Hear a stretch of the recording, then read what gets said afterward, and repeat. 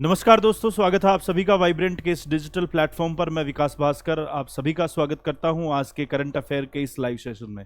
जैसा कि साथियों हमने स्टार्ट किया था 2023 के करंट अफेयर का रिवीजन सेशन आप लोगों के लिए। आज का जो सेशन है वो दूसरा सेशन होने वाला है, जिसमें हम जनवरी 2023 से लेकर जो है वो अब तक के सभी जो क्वेश्चन हैं दिसंबर तक के, वो इस अलग अलग सेशन में जो है वो मैं आप लोगों के लिए लेकर आने वाला हूं इस वाइब्रेंट के इस डिजिटल प्लेटफॉर्म पर। तो सभी साथी जो है वो आज के इस करंट अफेयर के लाइव सेशन में जो है वो जुड़ जाइएगा, सेशन को अपने साथियों के साथ शेयर कर दीजिएगा। अभी जनवरी 2023 के करंट अफेयर का रिवीजन सेशन का ये सेकंड पार्ट, सेकंड क्लास आप लोगों के लिए आज जो है वो मैं स्टार्ट करने जा रहा हूँ। तो सेशन को अपने साथियों के साथ जो है वो सभी साथी एक बार शेयर कर दीजिएगा। चलिए शुरुआत करते हैं आज के इस करंट अफेयर के लाइव सेशन की का पहला क्वेश्चन। G20 की पहली वित्तीय समावेशन के लिए वैश्विक भागीदारी बैठक किस शहर में शुरू हुई? कि जनवरी 2023 में G20 की पहली वित्तीय समावेशन की जो बैठक है वो किस शहर में आयोजित की गई साथियों? कोलकाता, पश्चिम बंगाल में। कोलकाता, पश्चिम बंगाल में G20 की वैश्विक स्तर पर जो है वो पहली बैठक का आयोजन किया गया। G20 की अगर बात करें साथियों तो G20 की जो है वो सम्मेलन 2023 में भारत में जो है वो आयोजित किया गया था। कहाँ पर आयोजित हुआ था? भारत में G20 का सम्मेलन जो है वो आयोजित किया गया था।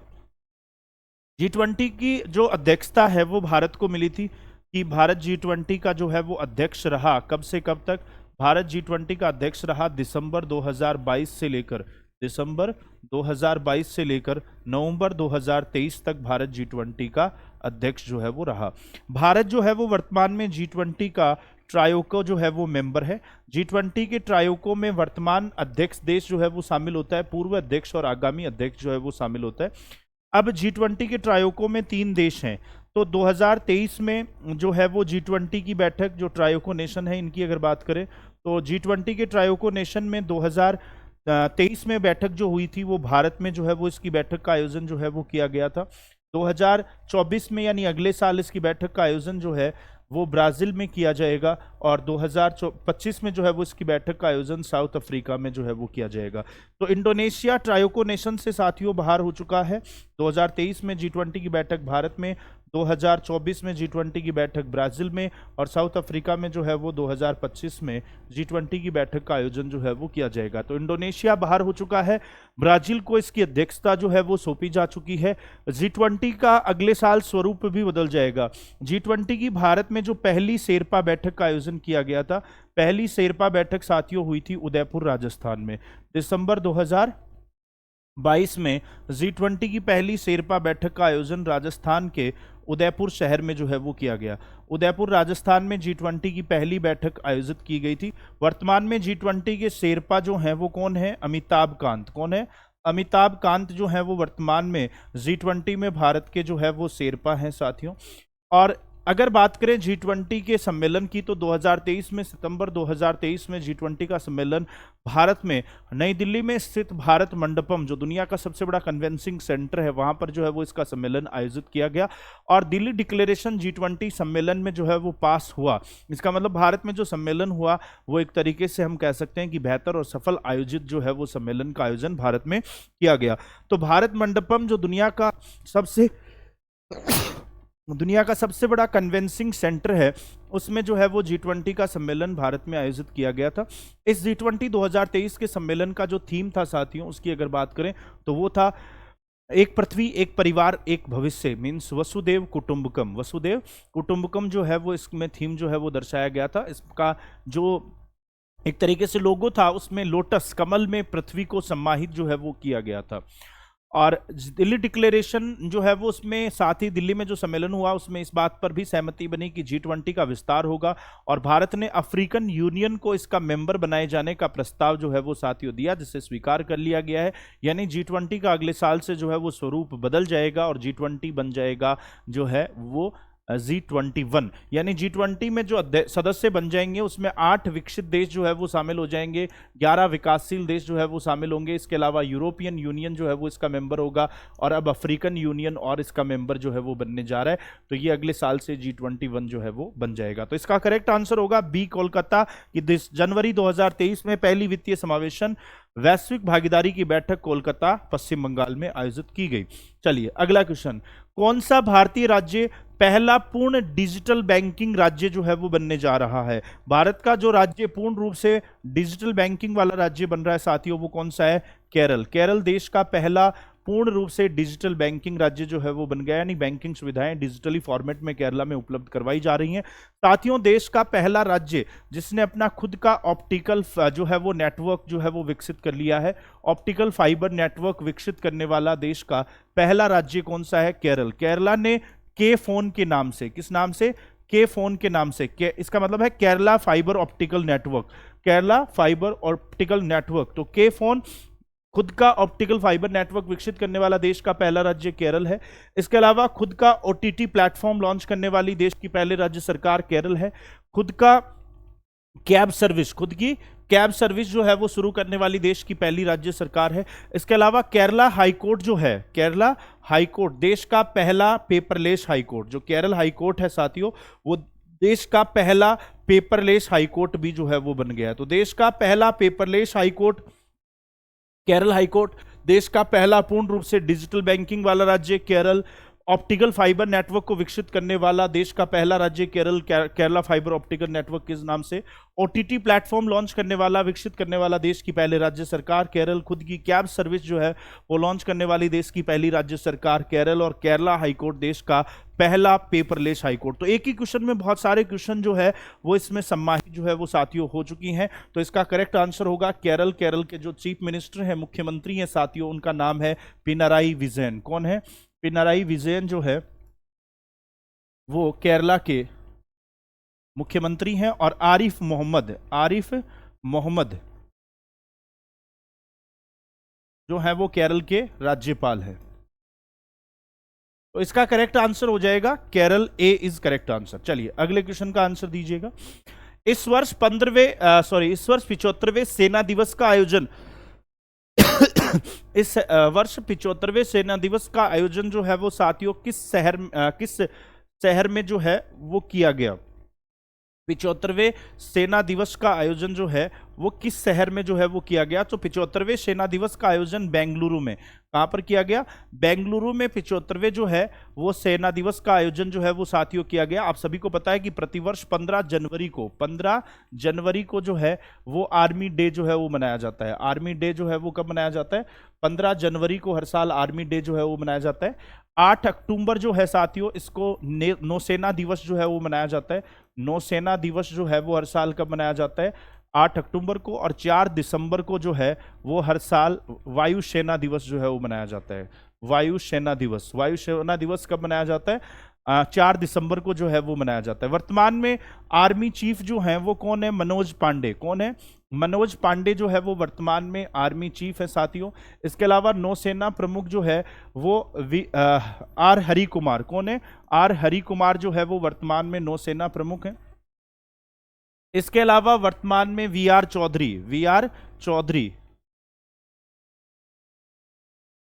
चौधरी वर्तमान में जो है वो वायुसेना प्रमुख हैं। इसके अलावा सीडीएस जो चीफ डिफेंस ऑफ स्टाफ हैं साथियों, उनकी बात करें तो वो कौन है? अनिल चौहान वर्तमान में जो है वो भारत के सीडीएस हैं। बिपिन रावत के बाद दूसरे सीडीएस अनिल चौहान वर्तमान में है। तो बेंगलुरु में 15 जनवरी 2023 को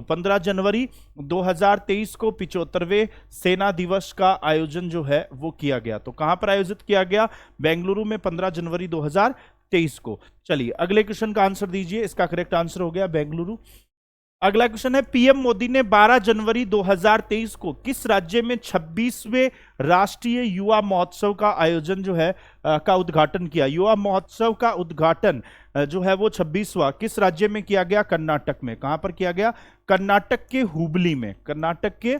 हुबली में जो है वो 26वें राष्ट्रीय युवा महोत्सव का उद्घाटन किया गया। हर साल 12 जनवरी को साथियों युवा दिवस मनाया जाता है। कब मनाया जाता है? 12 जनवरी को हर साल युवा दिवस, यूथ डे जो है वो मनाया जाता है। स्वामी विवेकानंद की जयंती है ये। किसकी जयंती है? स्वामी विवेकानंद की जयंती को भारत में जो है वो प्रतिवर्ष राष्ट्रीय युवा दिवस के रूप में मनाया जाता है। इस साल विकसित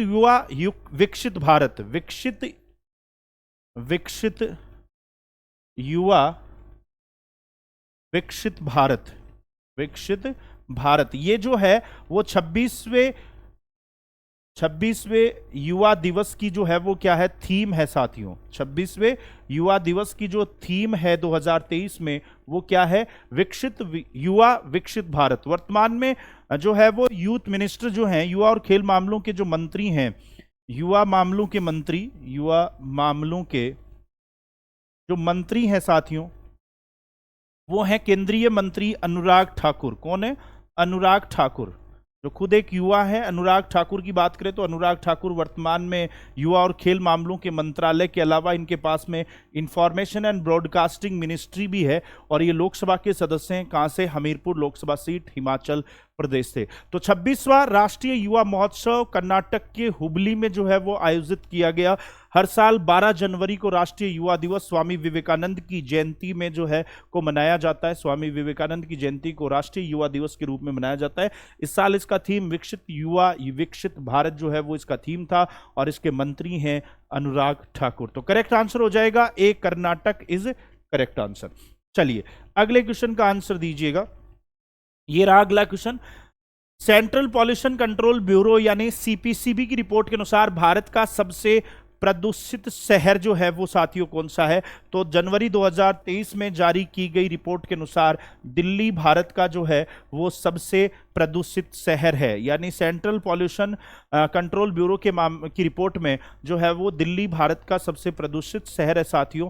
इसमें गाजियाबाद जो है वो तीसरे नंबर पर आता है। गाजियाबाद तीसरे नंबर पर है, और हरियाणा का फरीदाबाद जो है हरियाणा का, वो दूसरे नंबर पर आता है। तो भारत का सबसे प्रदूषित शहर जो है वो सेंट्रल पॉल्यूशन कंट्रोल ब्यूरो की रिपोर्ट के अनुसार जो है वो दिल्ली सबसे प्रदूषित शहर है, फरीदाबाद दूसरे नंबर पर है, गाजियाबाद तीसरे नंबर पर है। दिल्ली जो है वो दुनिया की सबसे प्रदूषित राजधानी भी है साथियों। वायु प्रदूषण के मामले में जो है वो दिल्ली सबसे प्रदूषित राजधानी है, और ध्वनि प्रदूषण के मामले में जो है वो दुनिया का सबसे प्रदूषित राजधानी जो है नॉइज पॉल्यूशन में, वो ढाका बांग्लादेश है।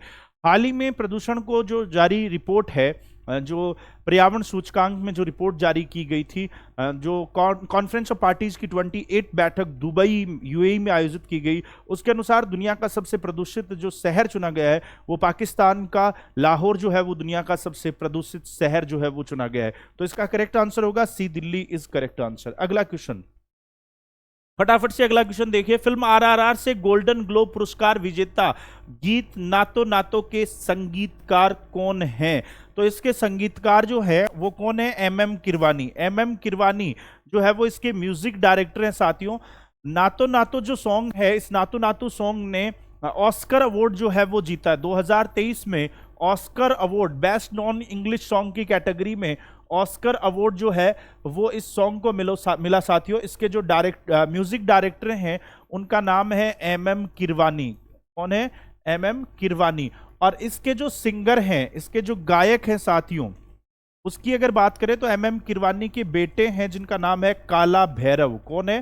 काला भैरव। फिल्म आरआरआर जो है इसके निर्देशक जो हैं, उसकी अगर बात करें तो आरआरआर के जो निर्देशक हैं, डायरेक्टर जो हैं, उनकी अगर बात की जाए तो वो हैं एसएस राजामौली। कौन है? एसएस राजामौली जो है वो इस फिल्म के निर्देशक हैं। इसके अलावा अगर बात करें साथियों 2023 के ऑस्कर पुरस्कार में, तो पहली बार ऐसा था जब दो भारतीय फिल्मों ने ऑस्कर पुरस्कार जो है वो जीते। इसमें बेस्ट नॉन इंग्लिश सॉन्ग की कैटेगरी में फिल्म आरआरआर के नातू नातू सॉन्ग ने जो है वो बेस्ट म्यूजिक की कैटेगरी में जो है वो अवार्ड जीता, जिसके डायरेक्टर एमएम किरवानी, सिंगर काला भैरव और फिल्म के डायरेक्टर एसएस राजामौली थे। साथ ही द एलिफेंट विस्पर्स, हाथी फुसफुसाते हुए, द एलिफेंट विस्पर्स ने बेस्ट डॉक्यूमेंट्री शॉर्ट फिल्म का पुरस्कार जो है वो ऑस्कर अवार्ड 2023 में जीता साथियों। भारत में पहली फिल्म जो ऑस्कर में नॉमिनेट हुई थी, यानी प्रथम भारतीय फिल्म जो ऑस्कर पुरस्कारों के लिए नॉमिनेट की गई थी, उस फिल्म का नाम है मदर इंडिया। कौन सी है? मदर इंडिया पहली भारतीय फिल्म है जिसे ऑस्कर में नॉमिनेट किया गया था। इसके अलावा प्रथम भारतीय जिसे ऑस्कर पुरस्कार मिला वो है भानु अथैया। कौन है?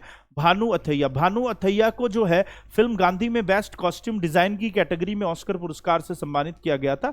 इसके अलावा सत्यजीत रे को भी सिनेमा जगत में दिए गए उनके अभूतपूर्व योगदान के लिए ऑस्कर मिल चुका है साथियों। और इसके अलावा Slumdog millionaire, film Slumdog millionaire में एक सॉन्ग था जिसका नाम था जय हो। जय हो गाने के लिए ए आर रहमान को बेस्ट म्यूजिक की डायरेक्टर की कैटेगरी में उस पुरस्कार से सम्मानित किया गया था जय हो गाने के लिए। और उसी गाने के लिए बेस्ट लिरिक्स, उस गाने को लिखा था जो है वो गीतकार गुलजार ने। तो गुलजार साहब को जो है वो बेस्ट लिरिक्स की कैटेगरी में जय हो गाने के लिए अवार्ड जो है वो ऑस्कर मिला। और उसके बाद काफी साल के इंतजार के बाद फिल्म आरआरआर और द एलिफेंट विस्पर्स को भी ऑस्कर पुरस्कार से सम्मानित किया गया है। तो इसका करेक्ट आंसर होगा D M M Keeravani is correct answer. चलिए अगला क्वेश्चन देखिए। दिसंबर 2022 के लिए ICC men's player of the month का पुरस्कार किसे दिया गया? हैरी ब्रूक को। किसे दिया गया? हैरी ब्रूक को जो है वो इस पुरस्कार से जो है वो सम्मानित किया गया 2022। यहां आप देख पा रहे हैं आप लोगों के लिए 2023 के जो है वो नवंबर महीने तक के 2023 के नवंबर महीने तक के जो है वो 2023 के नवंबर महीने तक के आपके लिए प्लेयर ऑफ द मंथ की कैटेगरी की लिस्ट में आप लोगों के लिए लेकर आया हूं। जनवरी 2023 में जो है ये सारे 2023 के हैं, ये सारे के सारे जो हैं वो 2023 के हैं। तो जनवरी 2023 में शुभम गिल पुरुष वर्ग में प्लेयर ऑफ द मंथ चुने गए। इसके अलावा ग्रेस सिक्वेंस इंग्लैंड की हैं जो महिला वर्ग में प्लेयर ऑफ द मंथ जो है वो रही। फरवरी में हैरी ब्रूक इंग्लैंड के, मार्च में साकिब अल हसन बांग्लादेश, अप्रैल में फकर जमान पाकिस्तान, मई में हैरी ट्रैक्टर आयरलैंड के, जून में वानिंदु हंसरंगा श्रीलंका, जुलाई में क्रिस वॉक्स इंग्लैंड, अगस्त में बाबर आजम पाकिस्तान, सितंबर में शुभम गिल, अक्टूबर में रचिन रविंद्र न्यूजीलैंड के जिन्होंने काफी अच्छा परफॉर्म किया 2023 के क्रिकेट विश्व कप में, और ट्रेविस हेड ऑस्ट्रेलिया को नवंबर महीने में प्लेयर ऑफ द मंथ जो है का पुरस्कार दिया गया। ट्रेविस हेड वही है जिसको प्रत्येक भारतीय कभी नहीं भूलना चाहेगा, ये न भुला देने वाली चीजें हैं। ट्रेविस हेड जिन्होंने भारत और ऑस्ट्रेलिया के बीच हुए फाइनल मुकाबले में शतक लगाकर भारत की उम्मीदों पर जो है वो पानी फेर दिया था। इसे नवंबर महीने में ट्रेविस हेड को प्लेयर ऑफ द मंथ पुरस्कार से सम्मानित किया गया। इधर जो भी हैं ये सारे 2023 के जनवरी से लेकर नवंबर महीने तक की वुमेन्स कैटेगरी में प्लेयर ऑफ द मंथ हैं। तो अपडेटेड लिस्ट जो है वो आपको इसमें मिल गई है 2023 के एक साथ सारे प्लेयर ऑफ द मंथ।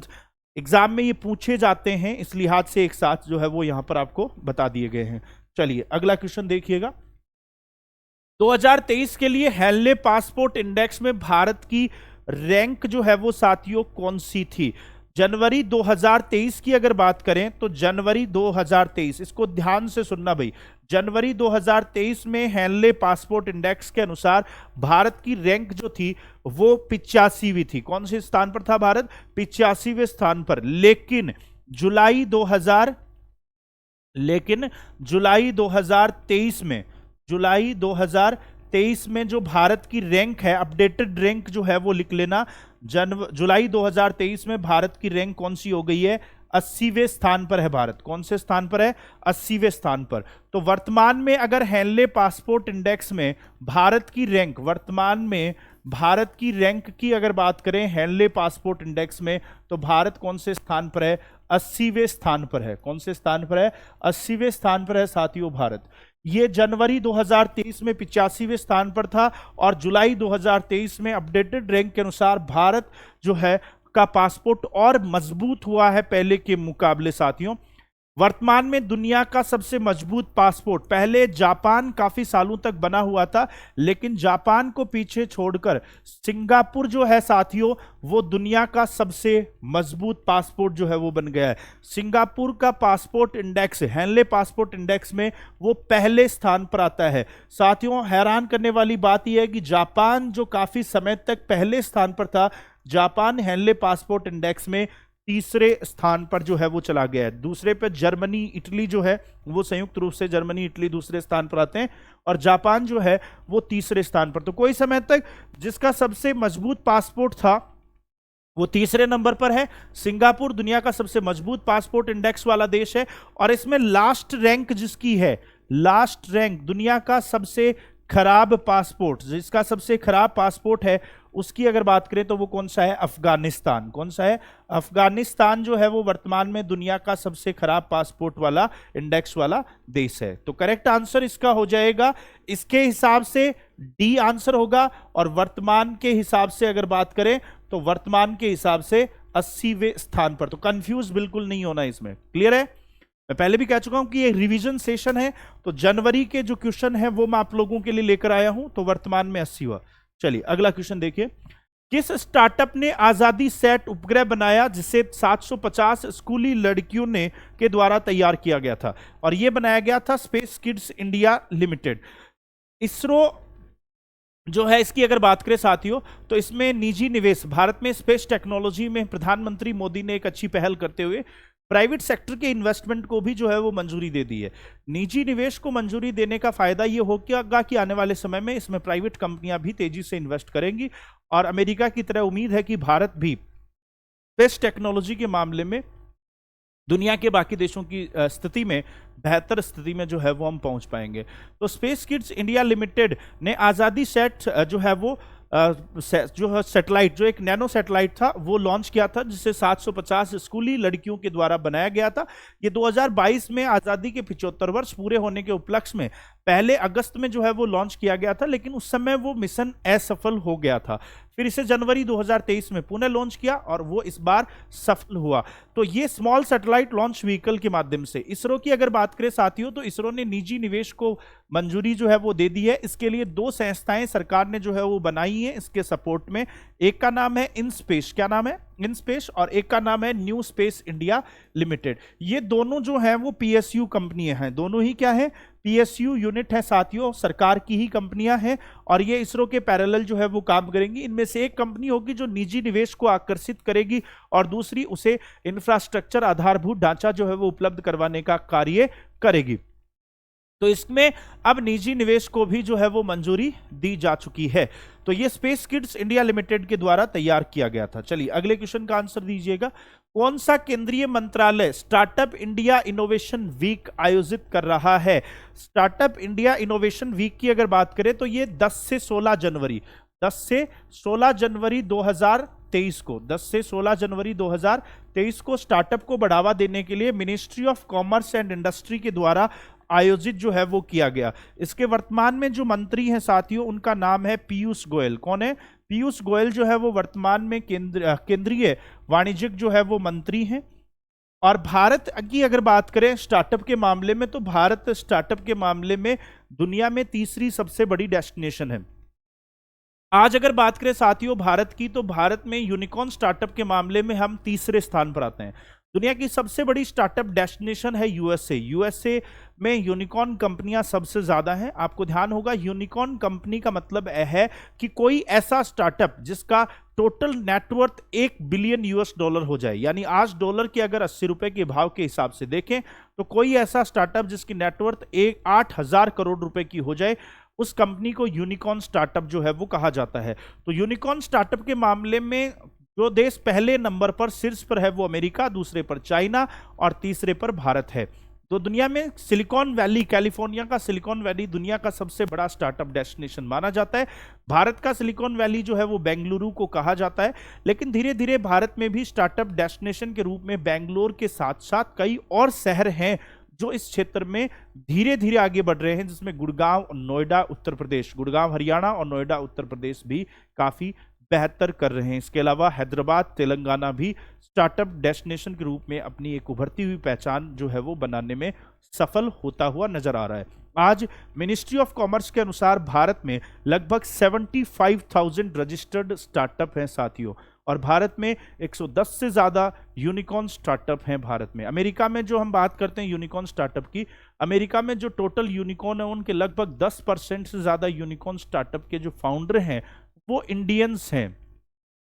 भारतीयों की भागीदारी काफी है अमेरिका में स्टार्टअप के मामले में, तभी तो कहा जाता है कि पढ़ेगा भारत तो बढ़ेगा अमेरिका। भारतीय जो है वो पढ़ के जो है वो अमेरिका की आर्थिक तरक्की को आगे बढ़ाने में जो है वो योगदान दे रहे हैं। उम्मीद है कि वो आने वाले समय में भारत में उनकी घर वापसी होगी और भारत की आर्थिक तरक्की में भी वो भागीदार बनेंगे, ऐसा हमें उम्मीद है। तो इसका करेक्ट आंसर होगा B, ministry of commerce and industry. चलिए अगले क्वेश्चन का आंसर दीजिए। एनएसओ नेशनल स्टैटिस्टिकल ऑफिस के पहले अग्रिम अनुमानों के अनुसार 2022-23 में भारत की अनुमानित जीडीपी ग्रोथ रेट कितनी है? ये है 7%। ये जनवरी 2023 नेशनल स्टैटिस्टिकल ऑफिस राष्ट्रीय सांख्यिकी कार्यालय के अनुसार भारत की अनुमानित जीडीपी ग्रोथ रेट कितनी है? 7%। लेकिन जितनी अनुमान है उससे अधिक आर्थिक विकास दर जो है वो रही साथियों भारत की जो जीडीपी ग्रोथ रेट है, जीडीपी वृद्धि दर की अगर बात करें, जीडीपी वृद्धि दर 2022-23 की भारत की जो रही है एक्चुअल में वो बात करें तो वो है 7.2%। कितनी रही? 7.2%। यानी जो उम्मीद थी उससे भी 0.2% जो है वो ग्रोथ।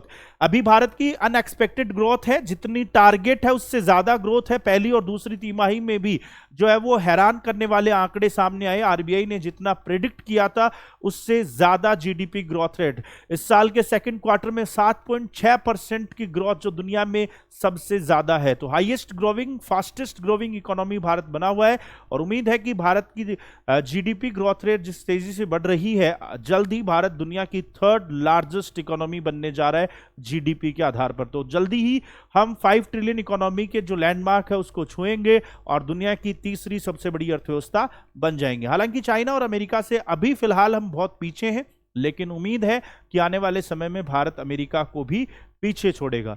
अमेरिका को पीछे छोड़कर चाइना उम्मीद है 2030 या 32 तक दुनिया की लार्जेस्ट इकोनॉमी जो है वो बनने जा रहा है। तो चाइना जो है वो आने वाले समय में दुनिया की सबसे बड़ी अर्थव्यवस्था बन जाएगा जीडीपी के आधार पर। हालांकि आर्थिक रूप से मजबूती के लिहाज से अमेरिका की स्थिति चाइना से काफी मजबूत होगी, क्योंकि भारत और चाइना के कंपैरिजन में अमेरिका की जो पॉपुलेशन है वो कम है। यानी प्रति व्यक्ति आय, जो पर कैपिटा इनकम है, उसके मामले में अमेरिका भारत और चीन से काफी बेहतर स्थिति में। अभी तो भारत से बेहतर है ही, लेकिन आने वाले समय में अगर चाइना उसको पीछे भी छोड़ देगा तो भी वो आर्थिक रूप से चाइना से ज्यादा मजबूत रहेगा प्रति व्यक्ति आय के मामले में। तो चलिए अगले क्वेश्चन का आंसर दीजिएगा। अगला क्वेश्चन है, किस भारतीय राज्य ने जाति आधारित जनगणना शुरू की? जाति आधारित जनगणना की अगर बात करें साथियों, तो बिहार में जातिगत आधारित जनगणना के आंकड़े जारी किए। इस पर सुप्रीम कोर्ट ने रोक लगा दी थी। जातिगत आधारित जनगणना को अपनाने वाला देश का पहला राज्य था बिहार, और बिहार में जब जातिगत आधारित जनगणना शुरू की गई तो वहां पे सुप्रीम कोर्ट ने इसमें हस्तक्षेप किया और सुप्रीम कोर्ट ने इस पर रोक लगाई। उसके बाद जातिगत आधारित जनगणना के आंकड़े जारी करने के बजाय उन्होंने जातिगत आधारित सर्वे की रिपोर्ट जो है वो बिहार में जारी की गई। भारत में जातिगत आधारित जनगणना पर रोक है, क्योंकि जातिगत आधारित जनगणना से सरकार का मानना है कि इससे कास्टिज्म फैक्टर जो है वो हावी होंगे। यानी जातिगत आधारित आंकड़े जारी करने से जातियों के बीच टकराव की स्थिति बन सकती है, ऐसा सरकार को लगता है। हालांकि बहुत से लोग हैं जो इसके पक्ष में भी हैं कि जातिगत आधारित जनगणना होनी चाहिए। तो उसमें दोनों के अपने अपने तर्क हैं। जो जातिगत आधारित जनगणना की बात करते हैं उनका मानना है कि जातिगत आधारित जनगणना के आधार पर उनको अपने हिसाब से, यानी जितनी उनकी पॉपुलेशन है, जितनी उनकी आबादी है, उसके हिसाब से उन्हें रिजर्वेशन जो है वो मिलना चाहिए। वो सामाजिक पिछड़ेपन के आधार पर भी, शैक्षणिक पिछड़ेपन के आधार पर भी और राजनीतिक पिछड़ेपन के आधार पर भी उन्हें आरक्षण उसी अनुपात में मिलना चाहिए। सरकार का मानना है कि इससे जाति विशेष जो है वो चीजें बढ़ेंगी और उससे जातिगत टकराव की स्थिति बन सकती है। इसलिए सरकार नहीं चाहती जातिगत आधारित जनगणना करना। तो दोनों के पक्ष मैंने आपको बताए। सुप्रीम कोर्ट ने जातिगत आधारित जनगणना पर रोक लगा दी। अंग्रेजों के समय जातिगत आधारित जनगणना जो है वो की गई थी भारत में। उसके बाद सरकार ने देश आजाद होने के बाद कभी जातिगत आधारित जनगणना नहीं करवाई। बिहार की तर्ज पर ही राजस्थान की पूर्ववर्ती सरकार, कांग्रेस सरकार ने जातिगत सर्वे करवाने की बात जो है उन्होंने अपने मैनिफेस्टो में कही थी। हालांकि अब उनकी सरकार जा चुकी है और राजस्थान में भारतीय जनता पार्टी की सरकार बन गई। तो करेक्ट आंसर होगा इसका बिहार करेक्ट आंसर है। अगले क्वेश्चन का आंसर दीजिएगा। सड़क एवं परिवहन राजमार्ग मंत्रालय किस महीने में सड़क सुरक्षा सप्ताह जो है वो मनाता है? हर साल साथियों जनवरी में सड़क सुरक्षा सप्ताह जो है वो मनाया जाता है। और साल 2023 में 11 से 17 जनवरी जो है 2023 का सड़क सुरक्षा सप्ताह जो है वो मनाया गया। वर्तमान में सड़क एवं परिवहन जो मंत्री हैं साथियों वो कौन है? नितिन गडकरी। कौन है? नितिन गडकरी जो है वो वर्तमान में सड़क एवं परिवहन मंत्री हैं और वो काफी बेहतर जो है वो कार्य भी कर रहे हैं। हाल ही में सरकार ने जो न्याय संहिता कानून लोकसभा और राज्यसभा में पास किया, उसके तहत मोटर व्हीकल्स एक्ट में भी एक कानून में बदलाव जो है वो किया गया है। अभी आने वाले समय में सरकार जो कानून लागू कर रही है, राष्ट्रपति की मंजूरी मिलने के साथ ही वो कानून बन जाएगा कि अगर रोड एक्सीडेंट के बाद में एक्सीडेंट करने वाला घटनास्थल से भाग जाता है, बिना अस्पताल पहुंचाए, बिना पुलिस को सूचना दिए वो घटनास्थल से अगर भाग जाता है घायल अवस्था में छोड़कर, तो उस स्थिति में उसको 10 साल तक की सजा हो सकती है। तो काफी सख्त कानून जो है वो सरकार ने इसमें जो है वो बनाया है। उम्मीद है कि सख्त कानून की वजह से आने वाले समय में रोड हादसों में जो है वो कमी आएगी। रोड हादसों में कमी केवल कानून की वजह से नहीं आएगी साथियों, इसमें जरूरत है कि ट्रैफिक रूल्स को फॉलो करें, गाड़ी जो है वो तेज गति में जो है वो ना चलाएं, और ट्रैफिक नियमों की अगर आप पालना करेंगे और गाड़ी जो है वो ओवर स्पीड में नहीं चलाएंगे तो निश्चित रूप से भारत में रोड हादसों में जो है वो कमी आएगी और इसमें हम एक बेहतर स्थिति में पहुंच सकेंगे। जिस हिसाब से एक्सप्रेसवे, नेशनल हाईवे जो है वो बेहतर बन रहे हैं, तो आने वाले समय में रोड एक्सीडेंट का खतरा बढ़ सकता है। इसलिए जागरूक रहें और एक जागरूक जो है वो चालक की तरह ट्रैफिक रूल्स को जो है वो आप फॉलो करें। जनवरी 2024 में फिर से सड़क सुरक्षा सप्ताह जो है वो आने वाला है, तो इसे केवल सड़क सुरक्षा सप्ताह तक जो है वो आप सीमित न रखें। 24 में संकल्प लें कि ओवर स्पीड में व्हीकल जो है वो आप नहीं चलाएंगे और सड़क नियमों की पालना करेंगे। तो हर साल जनवरी महीने में जो है वो सड़क सुरक्षा सप्ताह प्रतिवर्ष जो है वो मनाया जाता है। चलिए अगले क्वेश्चन का आंसर दीजिएगा। भारत का पहला कोयले गैसीकरण संयंत्र, कोयले से चलने वाला गैस प्लांट 2024 में यूरिया उत्पादन शुरू करने के लिए तैयार है। तो यूरिया का उत्पादन करने के लिए कोयला और गैस का प्लांट जो है वो शुरू किया गया है। ये किस राज्य में शुरू किया गया है साथियों? तो इसका करेक्ट आंसर होगा उड़ीसा। कहां पे शुरू किया गया है? उड़ीसा। और वर्तमान में जो है वो इसके जो मंत्री हैं वो है जो उर्वरक मंत्री हैं, स्वास्थ्य मंत्रालय के पास ही इसका चार्ज है, मनसुख मंडाविया। कौन है? मनसुख मंडाविया जो है वो वर्तमान में केंद्रीय उर्वरक मंत्री हैं साथियों। तो करेक्ट आंसर होगा B, Orissa is correct answer. चलिए अगले क्वेश्चन का आंसर दीजिएगा। ये रहा अगला क्वेश्चन। निम्नलिखित में से किस राज्य में अंतर्राष्ट्रीय पतंग महोत्सव 2023 शुरू हुआ? तो हर साल अंतर्राष्ट्रीय पतंग महोत्सव कहां पर आयोजित किया जाता है? गुजरात में। 8 जनवरी 2023 को प्रधानमंत्री नरेंद्र मोदी ने अहमदाबाद गुजरात में जो है वो साथियों अंतर्राष्ट्रीय पतंग महोत्सव का उद्घाटन जो है वो किया। पतंग महोत्सव हर साल गुजरात में जो है वो आयोजित किया जाता है। अहमदाबाद में भी इंटरनेशनल काइट फेस्टिवल होता है। इसके अलावा गुजरात के कच्छ में जो है वो पतंग महोत्सव का आयोजन जो है वो किया जाता है। तो गुजरात में उत्तरायण के नाम से, मकर संक्रांति का जो पर्व है वो उत्तरायण के नाम से काफी धूमधाम से मनाया जाता है। और अगले महीने में जनवरी 2024 में जनवरी में मकर संक्रांति का पर्व जो है वो शुरू हो रहा है। तो इसमें भी आप ध्यान रखें और जो है वो चाइनीज मांझा और धातु आधारित जो मांझा है उसका उपयोग जो है वो न करें, क्योंकि इसको भारत में पूर्ण रूप से प्रतिबंधित किया हुआ है। इससे बहुत सी ऐसी घटनाएं हुई हैं जिसमें कई लोग हादसे का जो है वो शिकार हुए हैं। तो चाइनीज मांझा और धातु आधारित मांझे का इस्तेमाल जो है वो न करें। साथ ही सुबह के समय और शाम के समय पतंगबाजी से जो है वो आप जरूर बचें, क्योंकि सुबह के समय और शाम के समय में पक्षियों का विचरण जो है वो काफी ज्यादा रहता है। तो दोपहर में आप जो है वो पतंगबाजी करें और चाइनीज मांझे का इस्तेमाल न करें। तो इसका करेक्ट आंसर हो जाएगा गुजरात। अगले क्वेश्चन का आंसर दीजिएगा। विश्व हिंदी सम्मेलन 2023 का विषय क्या है? विश्व हिंदी सम्मेलन 2023 का विषय है हिंदी पारंपरिक ज्ञान से आर्टिफिशियल इंटेलिजेंस तक। हिंदी पारंपरिक ज्ञान से आर्टिफिशियल इंटेलिजेंस तक साथियों 15 से 17 फरवरी 2023 तक विश्व हिंदी सम्मेलन 2023 का आयोजन जो है वो किया गया। इस साल 12वां विश्व हिंदी सम्मेलन जो है वो आयोजित किया गया था। कहां पर? फिजी में। कहां पर किया गया था इसका आयोजन? फिजी में 12वां जो है वो विश्व हिंदी सम्मेलन आयोजित किया गया था। और अगर बात करें 13वां विश्व हिंदी सम्मेलन, तो 13वां विश्व हिंदी सम्मेलन साथियों आयोजित किया जाएगा इंडोनेशिया में। कहां पर किया जाएगा? इंडोनेशिया।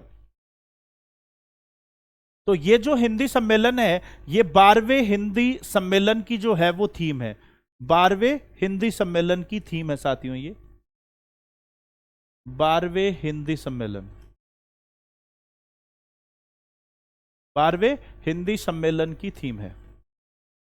और इसका आयोजन जो है की थीम, और इसका आयोजन जो है वो कहां पर किया गया? फिजी में। कहां पर किया गया? फिजी में इसका आयोजन जो है वो किया गया था। चलिए अगले क्वेश्चन का आंसर दीजिएगा। राजस्थान के गांव में किसानों को मजबूत करने के लिए हॉकी वाली सरपंच के साथ इनमें से किसने जो है वो समझौता जो है वो किया? सेबी ने, नाबार्ड ने, एसबीआई ने, और या जो है वो आरबीआई ने। तो इसका करेक्ट आंसर होगा साथियों नाबार्ड। नाबार्ड ने जो है वो अहिर गांव की, राजस्थान के अहिर गांव, राजस्थान के अहिर गांव की नीरू यादव, सरपंच का नाम है नीरू यादव। नीरू यादव के साथ जो है वो समझौता जो है वो किया है किसने? नाबार्ड ने। और समझौता जो है वो किया गया है नाबार्ड के द्वारा। तो राजस्थान के अहिर गांव की जो नीरू यादव जो सरपंच है साथियों, उसको, उसके साथ किसानों को मजबूत करने वाली ये एक अपनी पहचान रखती है नीरू यादव। इन्हें हॉकी वाली सरपंच के नाम से जो है वो बुलाया जाता है। और एग्रीमेंट हुआ है किसानों की स्थिति को मजबूत करने के लिए नाबार्ड के साथ। नाबार्ड साथियों खुद किसानों को कृषि कार्यों के लिए और जो है वो ऋण उपलब्ध करवाने के अलावा रूरल डेवलपमेंट के लिए काम करता है। नाबार्ड की जो शुरुआत है वो हुई थी 12 जुलाई 1982 को। 12 जुलाई 1982 को जो है वो नाबार्ड की शुरुआत हुई थी। छठी पंचवर्षीय योजना के दौरान जो है 6th 5 ईयर प्लान में इसकी जो है वो शुरुआत हुई थी नाबार्ड की। और इसका पूरा नाम है national bank for agriculture and rural development. Sivaraman committee बनी थी 1981 में। इस शिवरमन समिति की सिफारिश पर, शिवरमन समिति की सिफारिश पर जो है वो इसकी शुरुआत की गई थी। नाबार्ड के वर्तमान जो अध्यक्ष हैं उनका नाम है साजी केवी। क्या नाम है? साजी केवी। साजी केवी जो है वो इसके वर्तमान अध्यक्ष हैं नाबार्ड के। और 12 जुलाई 1982 को इसकी शुरुआत किसानों को कृषि कार्यों के लिए ऋण की सुविधा उपलब्ध करवाने के उद्देश्य से की गई। वर्तमान में ये किसानों को कृषि कार्यों के लिए ऋण की सुविधा उपलब्ध करवाने के अलावा रूरल डेवलपमेंट के लिए भी काम करता है।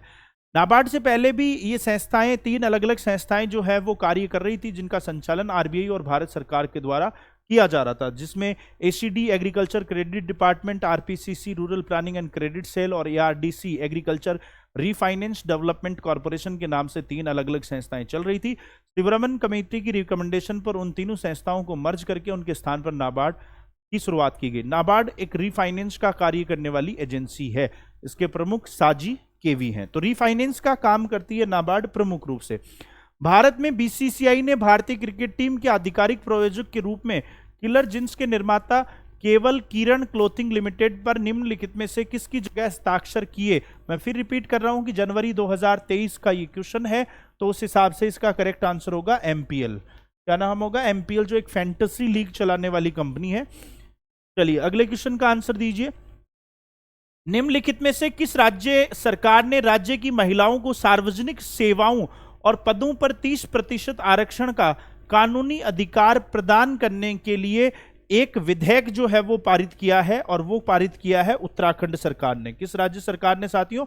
उत्तराखंड सरकार ने जो है वो विधेयक पारित किया है, सार्वजनिक सेवाओं में 30% महिलाओं को आरक्षण का अधिकार देने वाली सरकार। पुष्कर सिंह धामी जो है वो उत्तराखंड के वर्तमान में मुख्यमंत्री हैं साथियों। हाल ही में महिलाओं को भी सरकार ने राजनीति में 33% आरक्षण जो है वो विधेयक देने वाला बिल लोकसभा और राज्यसभा में जो है वो पास किया है, जिसके तहत महिलाओं को राजनीति में लोकसभा और विधानसभा में 33% रिजर्वेशन दिया जाएगा। चलिए अगला क्वेश्चन है, राष्ट्रीय युवा महोत्सव 2022 का विषय क्या है? ये विषय मैं आपको बता चुका हूं, विकसित युवा विकसित भारत। कब मनाया जाता है? 12 जनवरी को प्रतिवर्ष राष्ट्रीय युवा दिवस स्वामी विवेकानंद की जयंती को जो है वो मनाया जाता है। चलिए अगला क्वेश्चन का आंसर दीजिएगा। अलीबाबा ने जनवरी 2023 में, अलीबाबा ने जनवरी 2023 में ब्लॉक डील के जरिए किस कंपनी की $125 मिलियन की हिस्सेदारी जो है वो साथियों बेच दी है? तो इसका करेक्ट आंसर जो होगा वो पेटीएम। चाइना की अलीबाबा कंपनी और पेटीएम की पार्टनरशिप है, जिसमें से अलीबाबा ने पेटीएम में 125 बिलियन डॉलर की हिस्सेदारी जो है वो बेच दी। पेटीएम की शुरुआत साथियों अगस्त 2010 में हुई थी। कब हुई थी? अगस्त 2010 में जो है वो इसकी शुरुआत हुई थी। विजय शेखर शर्मा, कौन है? विजय शेखर शर्मा वर्तमान में इसके जो है वो फाउंडर हैं, इसके संस्थापक हैं विजय शेखर शर्मा, पेटीएम के इसके संस्थापक है। और अलीबाबा कंपनी ने इसमें से अपनी 125 बिलियन डॉलर की हिस्सेदारी बेच दी। अलीबाबा का नाम सुना होगा सभी ने। अलीबाबा कोई समय दुनिया की सबसे बड़ी ई कॉमर्स कंपनी जो है वो साथियों बन गई थी।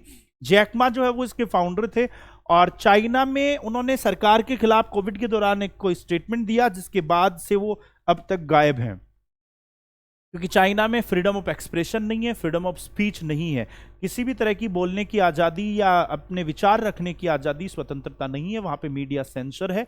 ग्लोबल टाइम्स का नाम सुना होगा, केवल वही मीडिया है जो सेंसर्ड है। वहाँ पे क्या प्रकाशित होगा वो पहले से जो है वो सरकार तय करती है, उसे ही प्रकाशित किया जाता है और वो अब तक गायब हैं। वहाँ तो उनके विदेश मंत्री गायब हो जाते हैं अगर थोड़ा बहुत भी सरकार के खिलाफ या जो है वो शी जिनपिंग के खिलाफ कोई स्टेटमेंट अगर दे देते हैं तो, क्योंकि बिल्कुल भी वहाँ पे डेमोक्रेसी नहीं है। चलिए अगले क्वेश्चन का आंसर दीजिएगा।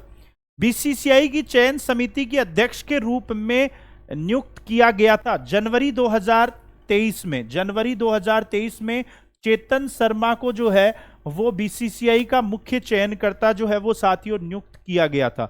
लेकिन इनका एक वीडियो वायरल हुआ, जिसके बाद में वर्तमान में बीसीसीआई ने जो चयन करता है, बीसीसीआई ने चयन समिति का जो अध्यक्ष बना दिया है, चयन समिति का अध्यक्ष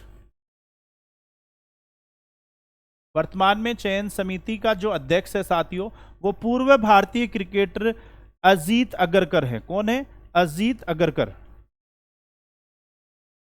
तेज गेंदबाज रह चुके हैं अजीत अगरकर। वो वर्तमान में जो है वो बीसीसीआई में भारतीय टीम के शीर्ष चयनकर्ता हैं। वर्तमान में बीसीसीआई की अगर बात करें, भारतीय क्रिकेट कंट्रोल बोर्ड, तो इसकी शुरुआत 1928 में जो है वो हुई थी साथियों और इसका मुख्यालय मुंबई में है। वर्तमान में बीसीसीआई के जो अध्यक्ष हैं वो है रोजर बिन्नी। कौन है? पूर्व भारतीय क्रिकेटर रोजर बिन्नी।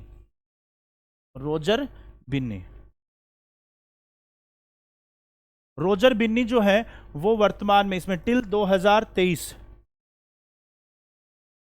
दिसंबर 2023 तक अजीत अगरकर जो है इसके वर्तमान में अध्यक्ष हैं। रोजर बिन्नी वर्तमान में बीसीसीआई के चेयरमैन हैं। चलिए अगला क्वेश्चन। खेलो इंडिया राष्ट्रीय महिला खो खो लीग की शुरुआत, खेलो इंडिया राष्ट्रीय महिला खो खो लीग की शुरुआत कहां से हुई साथियों? पंजाब से। कहां से शुरुआत हुई? पंजाब से। सरकार ने जो खेलो इंडिया जो है वो गेम स्टार्ट किए हैं, तब से भारत में पारंपरिक खेलों को काफी बढ़ावा जो है वो मिल रहा है। इसमें खेलो इंडिया यूथ गेम, खेलो इंडिया यूनिवर्सिटी गेम, खेलो इंडिया जो है वो विंटर गेम पहला एडिशन जो है वो इस साल आयोजित जो है वो किया जा रहा है। इसके अलावा खेलो इंडिया पैरा गेम्स भी जो है वो इसमें आयोजित किए जा रहे हैं।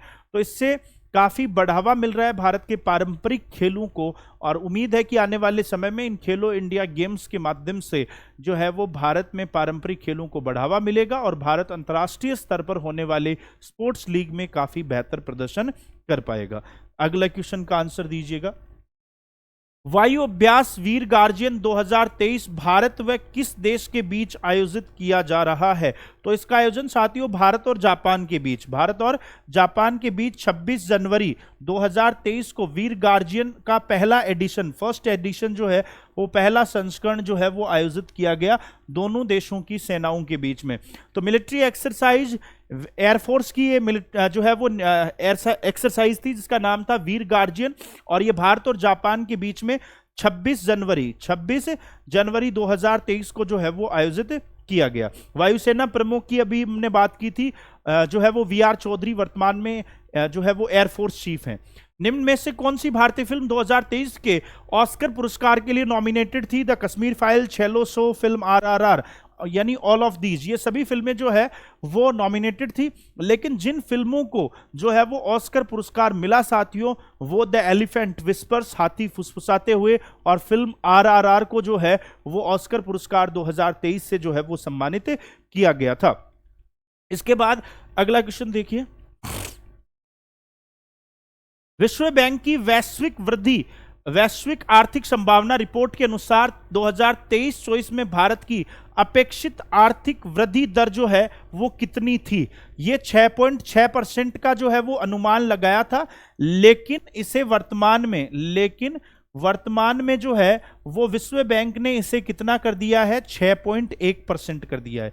कितना कर दिया है? 6.1%। लेकिन जिस हिसाब से पहली और दूसरी तिमाही के आंकड़े आए हैं साथियों, उस हिसाब से लग रहा है कि भारत की जो जीडीपी ग्रोथ रेट है, जो पिछले साल 22-23 में कितनी रही थी? 2022-23 में जो जीडीपी ग्रोथ रेट रही थी 7.2%, इस आंकड़े को के पास जो है वो पहुंच सकती है। तो 6.1%, जनवरी में 6.6% था, और उसके बाद अक्टूबर 2023 में इस आंकड़े को जो है वो घटा दिया विश्व बैंक ने, और ग्रोथ को 6.1% रहने का अनुमान विश्व बैंक के द्वारा जो है वो जताया गया है। लेकिन हम चाहते हैं कि ये आंकड़ा जो है वो विश्व बैंक का अनुमान जो है वो गलत साबित हो और भारत की जीडीपी ग्रोथ रेट 7% से ज्यादा रहे साथियों। तो आज के इस करंट अफेयर के सेशन में हमने जनवरी 2023 के कुछ महत्वपूर्ण करंट अफेयर के क्वेश्चंस पे डिस्कशन किया है।